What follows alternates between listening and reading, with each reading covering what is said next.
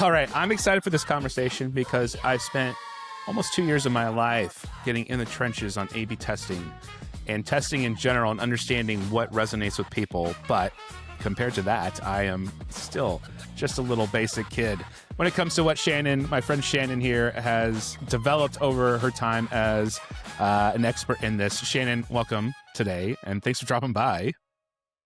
Thanks, Adam. I'm really happy to be here. Sweet. I'm going to get right to the good stuff because there is some goodness, some stories, real life stories. You have a template that you use and developed over time that you're going to share. I do not want to rob you of any precious time. But before we get started, you've done, I think, over 15 plus launches and counting. That might have even gone up since we talked last. What is it? Gone up since we've talked. That's what I'm talking about. What is it about message testing specifically that you just can't let go of? Yeah. So for me, it is the fastest way to move from ideas, hypotheses, gut feel, whatever you want to call it, into actual data backed things that work that you can then scale. So when I'm thinking about product launches specifically, and things move so quickly these days, especially with product launches, you don't always have time to get a ton of insights on the front end. You don't have a ton of time to necessarily talk to customers and things like that. So it's really helpful for product launches to be able to do some message testing in the market as you are launching a product so that you can very quickly test multiple angles, learn what's working, iterate, scale that on the acquisition side, but also bring that information back to the rest of the team. And I think for me, we do a lot. I see a lot of message testing on the product side, maybe in app. I've seen it done with even a research team prior to launch. Acquisition does it 24/7, right? But when PMM is owning it, especially for a launch or a major repositioning, or maybe you're moving up market, it gives PMM that central point. PMM is the central point of contact.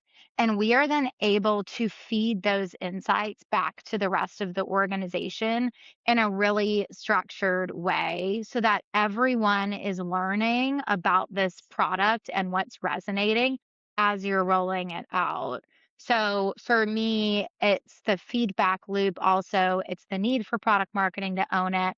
And it's just so much goodness that can be learned from message testing if you set it up correctly. And that's one of the biggest things too. When over the last, I'd say 4 to 6 years, we're in 2026, right? Yeah, That the idea of a launch doesn't end on launch day. It was that way for back in the day, right? But now good it's a old lot. days. Yeah, the good old days where we had to handwrite everything on paper. The idea of statistical relevance plays a key role in understanding whether or not A/B testing is successful. But that gives you some extra leeway and understanding of like, hey, it's not the launch day. We have to know these insights. It's extended out, which is great. And if you're interested in Yeah. statistical relevance and A/B testing, there's a ton of great resources on the interwebs that we will not get into that this here.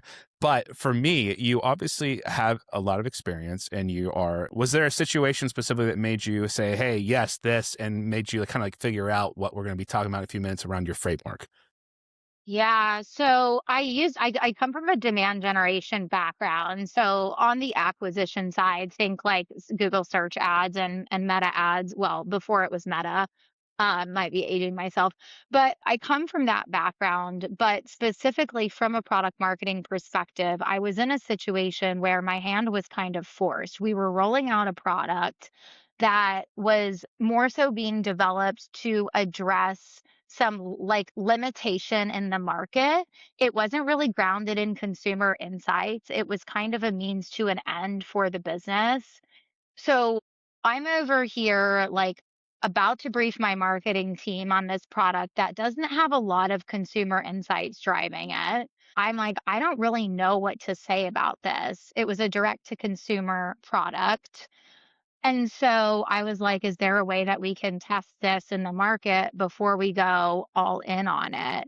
And so I worked with the acquisition team, I worked with the marketing analytics team, and we figured out a nice little way to use the acquisition side of the business, which again, direct to consumer, you get super fast learnings. and we stood up a couple of rapid tests, and then we used that to inform the broader rollout.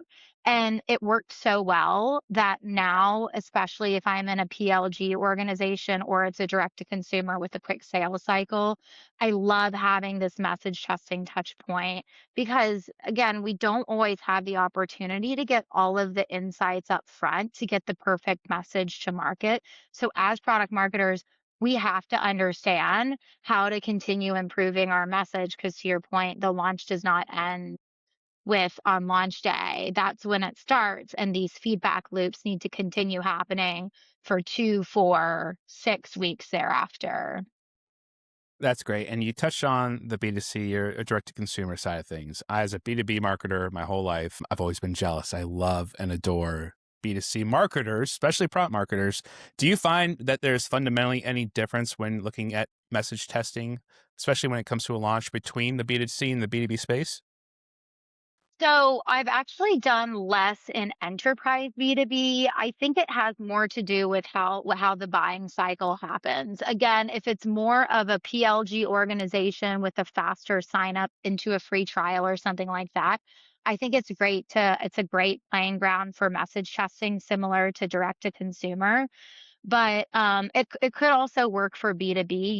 You really have to work with the acquisition team to understand what is the metric that you are optimizing for. So in B2B, you're probably not gonna optimize for customer acquisition cost. Right? Because that doesn't make any sense. But maybe you can work with the team on something that's more engagement based, like a click through rate on Google search terms or something like that. So I'm not an expert by any means in user acquisition and all of that, but I know how to work with an acquisition team and an analytics team in order to set up a message chest that's going to give me the insights that I need in order to feed my ongoing messaging work across the other marketing channels. Does that make sense? It does. I'm all for Okay. harmony and teams supporting each other. Yeah. I've always been on the more of the enterprise B2B side, so it's like start talking PLG. I'm like, that scares me. I'm good. I like my long cycles. Yeah, it's interesting. You'll have to try it out and let me know. Like when I go through the framework, you can give it a go or maybe your team is like, "No, you're crazy. Don't do this." You're wild, Adam. Wouldn't be the first time I've heard that. Okay, the I'm framework. sure. Let's get into it because this is the good stuff right here. And Yeah. what Shannon's doing is pulling this up on screen. Now, if you're watching this on YouTube, you'll get to see us and our faces and this example in full glorious video. If you're on Spotify, maybe we're feeling frisky and putting this video on Spotify, but you're probably listening to audio. If that's the case, the link to this template is going to be in the notes for this episode. So, Shannon, when you're ready, Yeah. man, let's get going. Let me share this. So, just a quick note, and this is kind of what we were talking about, is message testing is also about feedback loops. It's about understanding what is working, but even more so, it's about understanding what isn't working. So, in my framework, I have like past performance data in here. So, you see performance context. What data do we have that might inform how tests should run? This is a cycle of learning. So maybe you have old data that you want to put in here that informs things. Maybe this is the data from the last message test that you're putting in here that's informing. Work with your acquisition team and see what they want. This framework is like a little bit more detailed than maybe what I would deliver to a client, depending on the client. But always start with existing data and how that can inform message testing. And then, of course, you want to talk about and we'll talk about how to actually get hypotheses and things like that. Uh, but the next thing is your test design, just to kind of help people understand what this means. And again, we're talking about message testing on the acquisition side versus testing in app. This is more advertising versus testing on a website. So for the test design, typically how I've seen this be successful is you want to run a couple rounds of concept tests with whatever allocation of budget. And then you essentially do 3 to 4 ads per concept. So your hypotheses informs the concept. And then out of that concept comes 3 to 4 ad variants. You really want to have like multiple variants. You can't just have one ad for one concept because that's not going to give you a valid output, obviously. So your team can kind of help you set up what exactly the test looks like and the duration. Again, if we're thinking about PLG or direct to consumer with a faster sales cycle, I might want like, I've been at organizations where they're doing $500 concept across a 5-day sprint, and that gets me enough data in order to make a decision. So work with your team and then also work with your team to understand the primary test metric. So, how are you actually going to define success of this? Again, short sales cycle, maybe you can do return on ad spend. Maybe you need to move it up and just look at cost per click, which is more of an engagement metric. These are directional results. A lot of times they aren't stat sig. But again, the goal here is also to inform product marketing and get a read on the market. It's not necessarily to do user acquisition's job for them. This is so that PMM can get a better understanding of what is resonating with what markets. And so that we can bring those insights back into broader marketing efforts, right? We're not trying to optimize user acquisition right now and do their job for them. Does that make sense? Yeah, absolutely. I was going to say, this is all great. And then the next part is the testing framework, right? Yeah. Um, So this is the testing framework. no, you go for it. You're the expert. Okay, awesome. And this is like where it really gets important is how you set up your hypotheses. And from what I've seen is a lot of times people have a hard time actually setting up hypotheses. And then maybe they don't really understand what they are. So what you'll see here on the page, I just included some really simple guidance on what hypotheses are. So it's all about these seeds that you find in input data and you find recurring themes in that input data that you're evaluating, and you're turning those into predictions that you can measure. And that input data is coming from things like previous message tests, if you've run them, competitor ads, um, Reddit reviews, or if you're in B2B, G2 reviews, real customer conversations, of course, is a big one, customer support tickets. So you're basically ingesting as much information as possible that you have around that product. And again, if this is a new product, you're not going to have a ton from your customer base. So you're going to have to get creative. So ingesting all of that and finding those recurring themes across your data. And those are then turned into hypotheses that you can measure via tests. And so some of those are if you find themes around like who does this person aspire to be? Like, what do they want to be seen as a part of? Do they react more? This is one of my favorite ones. Do they react more to losing something or do they react more to achieving something? That's really big in B2B. What is the role of trust? This is a huge one in direct to consumer and a lot of PLG too. How can we tap into trust and test messages around trust and so forth? And so then once you have your hypotheses, you just put together your actual framework that you're going to pass off to either a creative team or a acquisition team. This is a lot more detailed than what I might give to a more advanced company.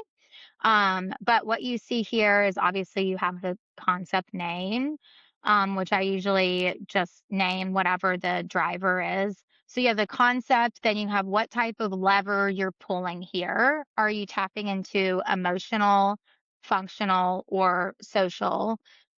What is the driver? So what is the behavioral trigger that's going to actually make that person behave differently? You can think of that as like loss framing, like that would be a driver, right? Then you have your market insight or your customer insight if you're lucky enough to have had customer data here. this is a really nice tidbit to give a creative team just so that they know where this hypothesis is coming from. And also, if you have a hypothesis, you should have an insight that's backing that hypothesis. And then you write out your hypothesis. Have an example here, like by framing the product this way, we expect X in the consumer to drive action. That's like a very simple framework that people can use. And then this is where it kind of you may or may not need this. You can give an example static ad message. If you have a really advanced acquisition team, they're not going to need this, but you can give some creative guidance. I always like to be very light on this and not too prescriptive. And then you can also do like any notes or guardrails. Again, that depending on how advanced your team is with their acquisition and how comfortable they are with this type of message testing, especially for new products. Sometimes teams appreciate being a little bit more prescriptive. And then if it's relevant, you can pop in some inspiration. This is really only if you're doing like maybe some static ads on as your message testing. Like if you're doing Google search, probably not going to be a whole lot of inspiration. But I'll pause there and see like what clarifying questions, what did I breeze over that I should have double clicked into? No, no, this is great, and I think it covers really the basics of jumping into the world of A/B testing, because there's so many directions, so many variants that you could test. This hones in on it. A couple questions. You mentioned it could be running for a 5-day sprint, it could be longer.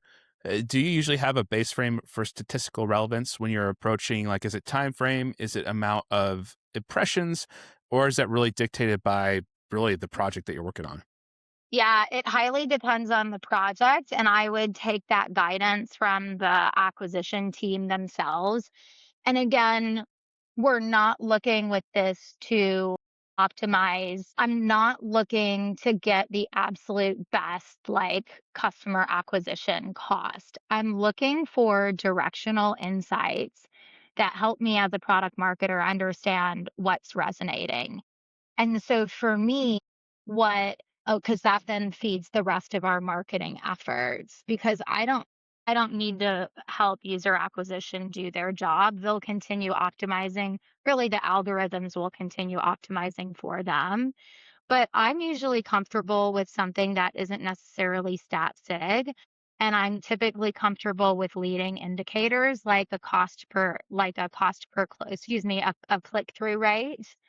Some companies might be like, no, we're optimizing for acquisition cost on all tests. We're not doing anything where that isn't part of the plan.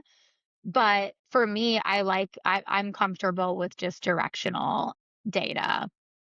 Yeah, and to your point earlier, what's being released in a launch is honestly probably going to dictate what you're tracking too. So if this is a huge release from an established brand, I would expect something a little bit different as opposed to a new startup who's launching ads for more or less brand awareness and learning as opposed to converting customers. So that's an excellent point, Yeah, Shannon.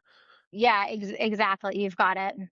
Sweet. I think all this is fantastic. Again, this will be linked in the notes for anyone who wants to grab this and make a copy and use it on their own and mess around. There's one thing I got to ask. This is pretty developed, right? So my assumption here is, Shannon, that you've got some stories or some numbers from real life usage that maybe you anonymize for the sake of logo usage, but or not. You call them out. What has been some of the cool things you've seen come out of it, or maybe even the failures that you've learned from? What's interesting about the message testing is that it is a lot of failures. It's a lot of leaning really hard into differentiated messages and quickly finding out that they don't resonate. And to me, that's a really big win. But some of the ranges that I've seen, so I did this for a client recently. I actually just set one of these up like 2 days ago for a PLG client. But I have a direct to consumer client that has a luxury physical product. And we were optimizing for actual customer acquisition costs. And this is crazy because their CAC on average is like $130. for a thousands of dollar luxury item. It's amazing. But the ranges that I saw for customer acquisition cost for the message testing that we did, and this was only across 4 concepts. We've got several left, and I think we only did 2 ads per concept because they were constrained on budget. We saw a customer acquisition cost ranging from $80 all the way up to like $200 plus dollars across the concepts. So they can be so wildly different, but with an average of 120, that $80 CAC makes me very happy. But also that $200 plus dollar one is like, whoa, okay, maybe we actually don't understand our market as well as we thought. Let's figure out what's going, because it was around a luxury angle. We were leaning really heavily into luxury language. So now I'm going to go like dig deeper there and say, okay, what's actually going on? Is our audience not really interested in that sort of luxury positioning? Because that's a really important learning to bring back to the organization. I agree. Yeah, it'd be this is so cool. I always love this. I have no patience for it, but I love it. So thankfully, there's experts like you in the world. Shannon, this has been a treasure trove of goodness, especially when it comes to the testing or A/B testing part. It rolls into product launches. If anyone's listening to this and say, "Hey, I want to learn more. I want to follow Shannon. I want to understand how she does this better," where is the best place for people to find you? Yeah, I think just on LinkedIn, I'm pretty much there 24/7. So, and grab the framework, make it your own. I have a Claude skill as well that's very super easy, where you can basically dump your insights into it. Again, the customer conversations, the web scrapes, whatever, you can just dump your insights and it'll get you like a starter framework if anyone's interested in that. But find me on LinkedIn. I'm always there. We're all chronically online as product We're marketers, it always feels there. like. And also, you're a fellow camper at PMM camp. So Yeah. yay for that. I'll swipe, I'll swipe that Claude skill file, and I'll link in the notes too if you're up for that. I would love to share that out for anyone who wants to mess around with it. Sure. Shannon, we crushed it. You crushed it. Thank you for being so gracious to spend a few minutes with me today. Drop by, share your insights, and especially your templates and your know-how with whoever's listening to this. I really appreciate it. Awesome. Thank you, Adam. I appreciate it too. I hope it was helpful. Yeah, it absolutely was. And for those of you who are still listening, this has been another episode of Product Marketing for You. I can't officially say this, but give us a quick follow on Spotify and give us a 5-star review if you feel generous. It takes about 2 minutes to do. Other than that, Shannon, thank you. And for those of you listening, thanks so much, and we'll catch you on the next episode.